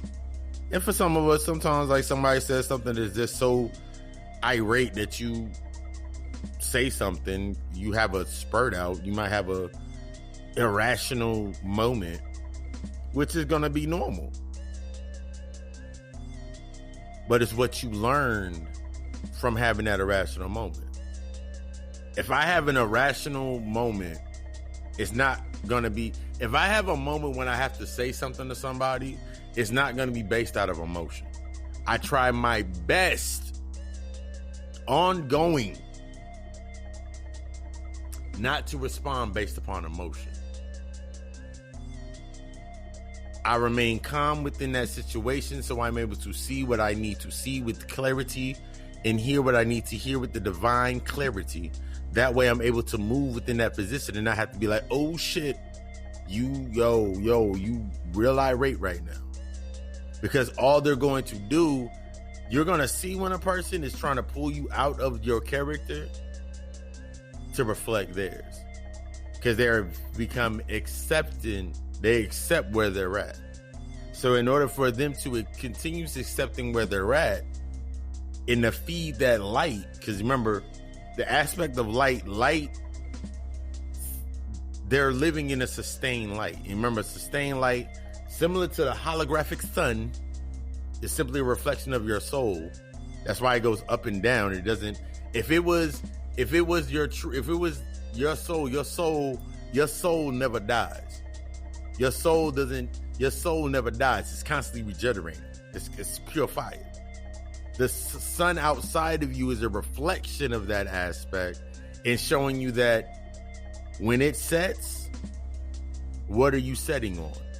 And what are you rising with? That's the only thing that I use that as a reflection piece to give me that aspect. Other than if I go outside and I might sun gaze every once in a while, or I might go outside and ground myself, I use it for an aspect of a discipline tool. That's what it's used for. Some people have not learned how to use the discipline tools that are around them or the external states around them to train and to learn from. So they need you, the one that has done it, to do it for them. They need someone else to plug into. That's why I'm not arguing with you. I'm not debating with you. I'm not having a back and forth with you. I'm not arguing with you. I'm not debating with you. I'm not having a back and forth with you because I'm not agreeing to your argument. You have accepted things in your mind that are correct. I'm going to say, yeah, you're right. Can you say the same? That's the aspect of truly being in your balance within yourself. I'm truly balanced within myself. So if something comes to me that does not smell right, don't feel right, it don't come around me.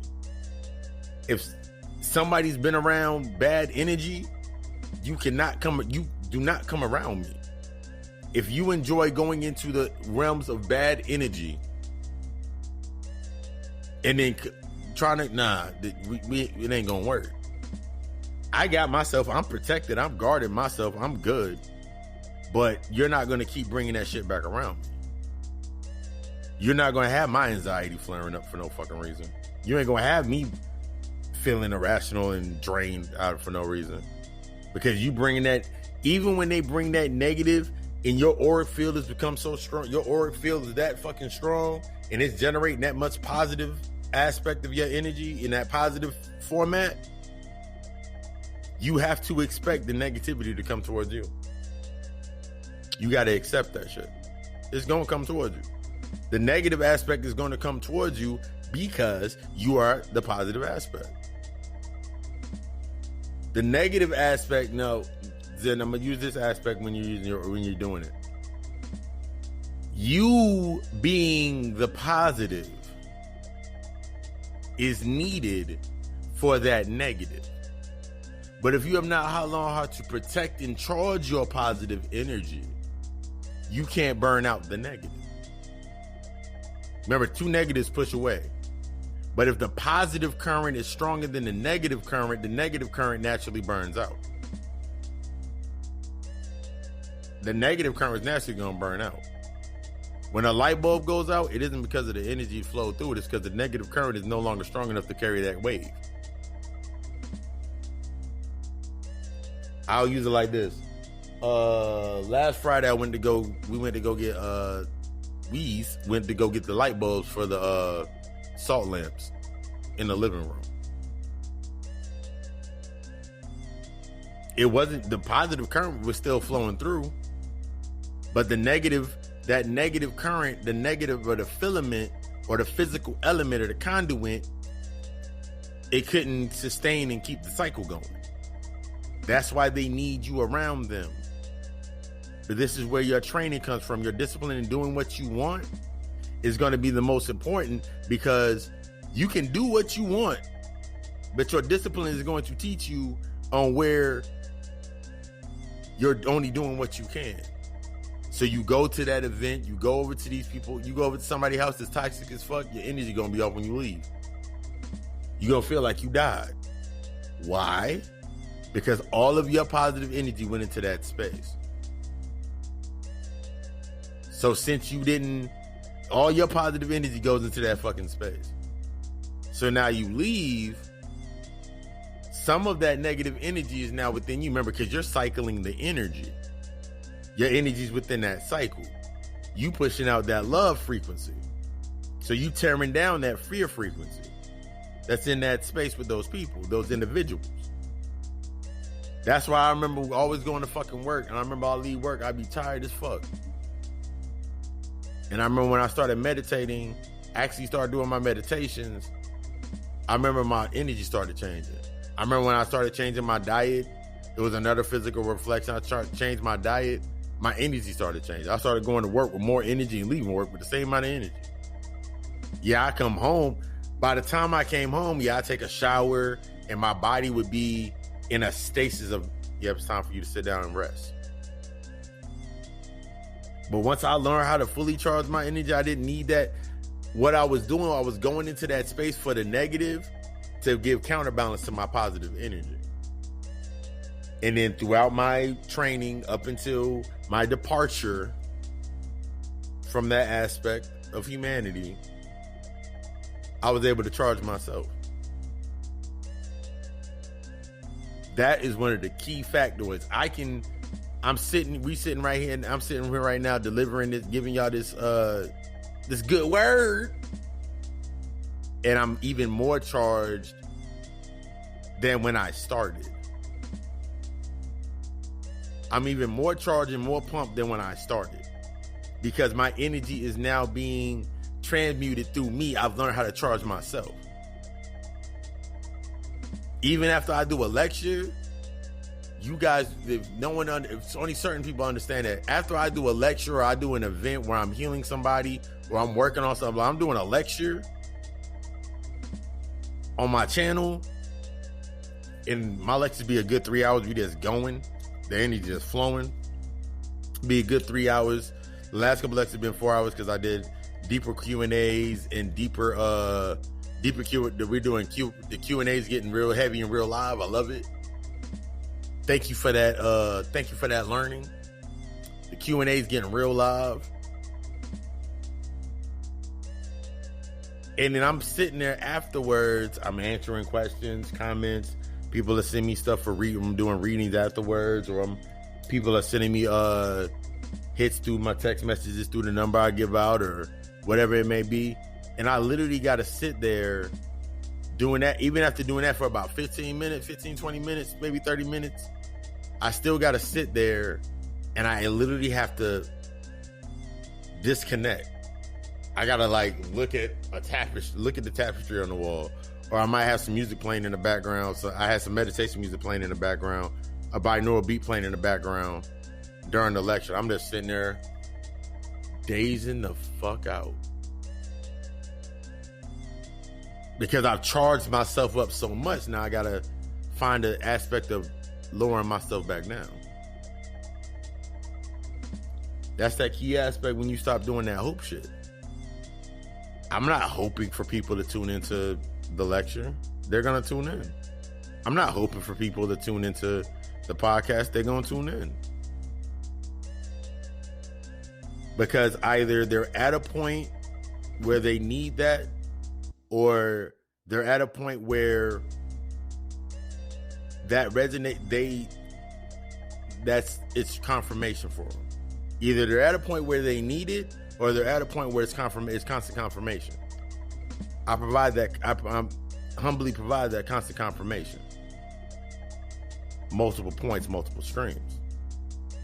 As you're putting your energy in and things start shifting around you, you start seeing people around you, they're there for a purpose. Even if they're not on the path that you on, I can guarantee you they're going to have something to give you. You just got to be humble to listen to it. You got to be humble to listen to it. Stop hoping to assume.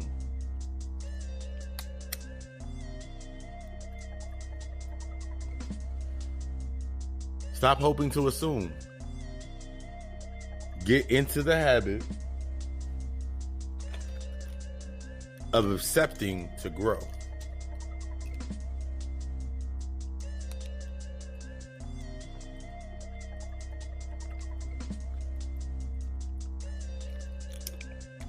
Ooh, that shit tasted delicious. That tasted delicious. Ooh. Water is like, I love water. I think I've said that before in a lot of different but I love water. Water is so graciously great, and it's good for your pores and your body and your skin. But yeah, before I leave us over to the last sponsor, and if y'all are interested in sponsoring the podcast, whether becoming a monthly patron, or you have a service or a product, or you have something that you're selling, in the plug talk, I give out the email address and the information to do that. You can become a plugged spot in the sponsorship. You can sponsor your monthly, being that monthly patron can get you that spot in the God Hour podcast. Like, we set it up, we have the conversation, and we'd be like, you know what? I have a service that I want to get out there for people. And we can set it up, the recording. You can send me the recorded message, your voice clip, or if you don't want to do a recorded voice clip, I can work on that aspect for you, add music, like the same music that you hear, I produce this music. So if they put a beat to my stuff, we can put together that package, and I can give you a commercial slot that you can use put a video together for you with your the product, whatever you're doing, put that together for you, add music to it. We can set that package up, and then that also becomes a spot within the sponsorship. So it's, as I grow, you grow. As you share, I share. And that's the key. Once you get the knowledge, you're supposed to share this shit. You ain't supposed to hold that shit to yourself. I'm not supposed to hold this shit to myself. Now that I'm outside of the aspects and I've healed to a certain point, and I'm still healing every single day, going through that shadow work, I can't wait to do what I do. I can't wait to get up here and become the imaginative force that we are becoming. Accept those eyes. Accept those eyes. Accept that role of the observer and the self-observer. You're the observer and the self-observed. The self-observed observe those eyes. Those eyes become your nexus point, that crosshead. Through that crosshead, you're seeing everything in that vision, to have that clarity, to have that learning. Those are the aspects. We got to stop this narrative of not being humble to ourselves, not giving ourselves the nourishment that we need. We got to become more consistent in our accepting things in order to learn from them.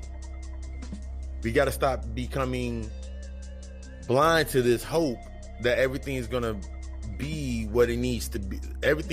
We got to become out of this aspect of this blind hope that something's going to change and it's going to give me a reason to stay. That change is going to give me a reason to stay where I'm at, stay the same. This is going to start showing you that everything that's coming to you is coming to you right on time. It's showing you to your purpose. It's showing you to your alignment. It's giving you the aspects of your confirmation for your affirmations. It's giving you everything that you need and require to create everything that you desire. It's been another episode of the God Hour Podcast. Stay tuned for the sponsor. Stay tuned for the plug talk, and we're going to get to that closeout. I love you. We love us. Ashe.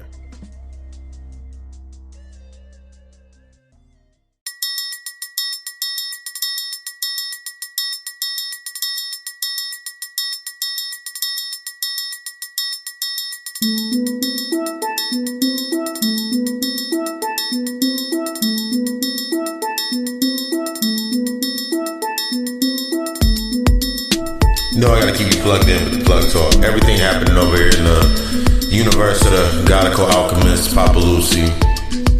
GodicalAlchemistLLC.com. You know that's the website for everything, including the natal chart analysis, the readings, the services, everything from the life coaching to the counseling and therapy services, spiritual baths, invoking rituals, and a lot more custom things. If you don't see it on the site, subscribe to the site, subscribe to the chat list. If you have something that you have a question about that you don't see within the services, or you have more questions about the services, get in contact. If you have, this is the big one. If you have a product or a service that you want to get out there and you want to use the platform of the God Hour Podcast, networking, or you want to be an interview on the podcast, we can chop it up, have a nice conversation. Have a nice conversation with the people about giving them the two aspects of the universe, having a conversation and seeing where it resonates with them so they can take that on forward. All of that, the business aspects, setcallamegis@gmail.com. You have personal questions such as personal questions regarding on services, personal questions like books that you want to read, the book list. Hit me up at papalucy666@gmail.com for all of that. Or you can also text the number 910-777-7708. I remember the first time when I came out with, I got the number, and I remember it was funny because I was like, man, do I really want to give out people this number? Give them that much? That was like, I would not be what I am supposed to be doing in my purpose if I didn't give out the numbers, if I didn't give out the information. Another way to see the information based on information and content on Facebook, Rockola Nijas, the God Hour podcast live edition page, for God Kings, Ankh and Goddess Queens page, Papa Lucy Sunday service. I haven't been doing Papa Lucy Sunday service because I've been working on a lot of other things, and I'm gonna bring Papa Lucy Sunday service back when we go into season 4 of the God Hour podcast, because we're gonna go more live action content. But yeah, stay tuned for that. What else? Oh yeah, Godical Alchemist, the YouTube channel. You know, home of the Friday night lectures every Friday, 8 p.m. Eastern Standard Time. You know, we get into a different topic, breaking it down, taking it from the external aspect, and helping us understand the internal state of affairs that we need to get into. Last week, we got into the aspects of our... Almost dropped my phone. We got into the persuasion of thought. And this week, we're going to get into the aspects of family, the relative to ego. We're going to get into the aspects of your identity based on when you got down here and the changes that you're going through in your life right now and you shifting yourself, bringing yourself to the next level.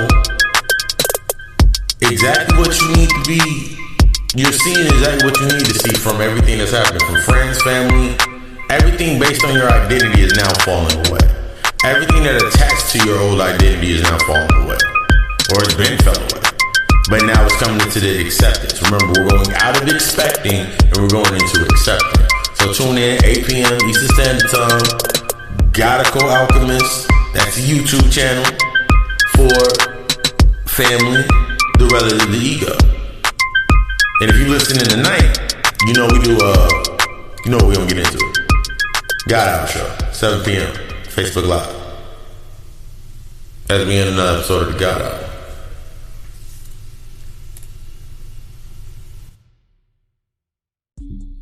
I had to bring this beat back. It was just the way it made me feel. So what have we got into today?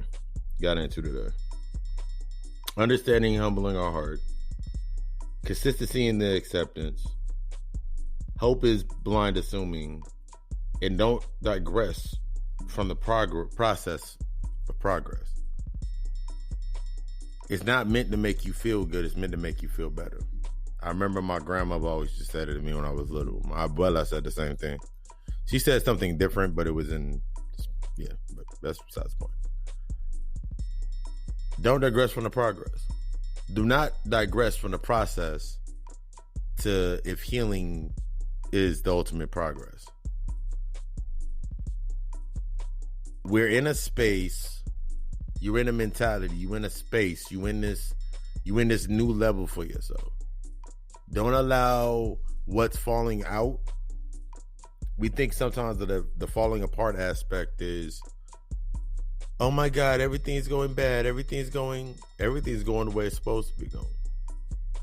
What are you applying as you're learning? Remember, it ain't going to come up if you ain't ready for it. It's time for you to step up to the title that you claim. A king and a queen survey what the God creates. A God creates from the chaos only after understanding that as the alchemist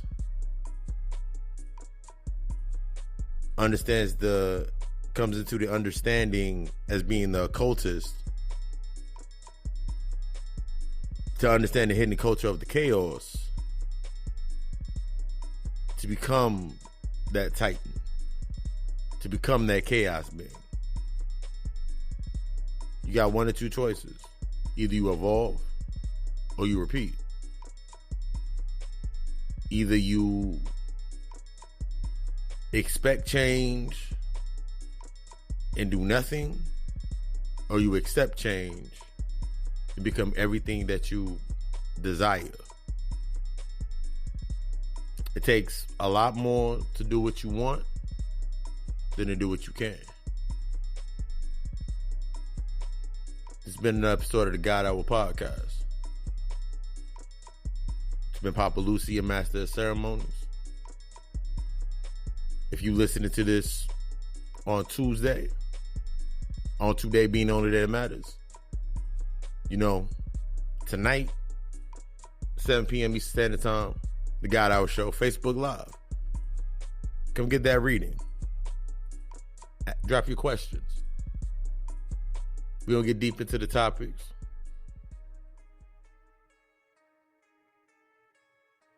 No matter where I see you,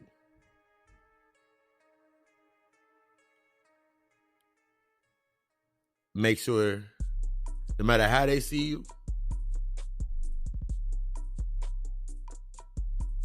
make sure that you're seeing yourself heal.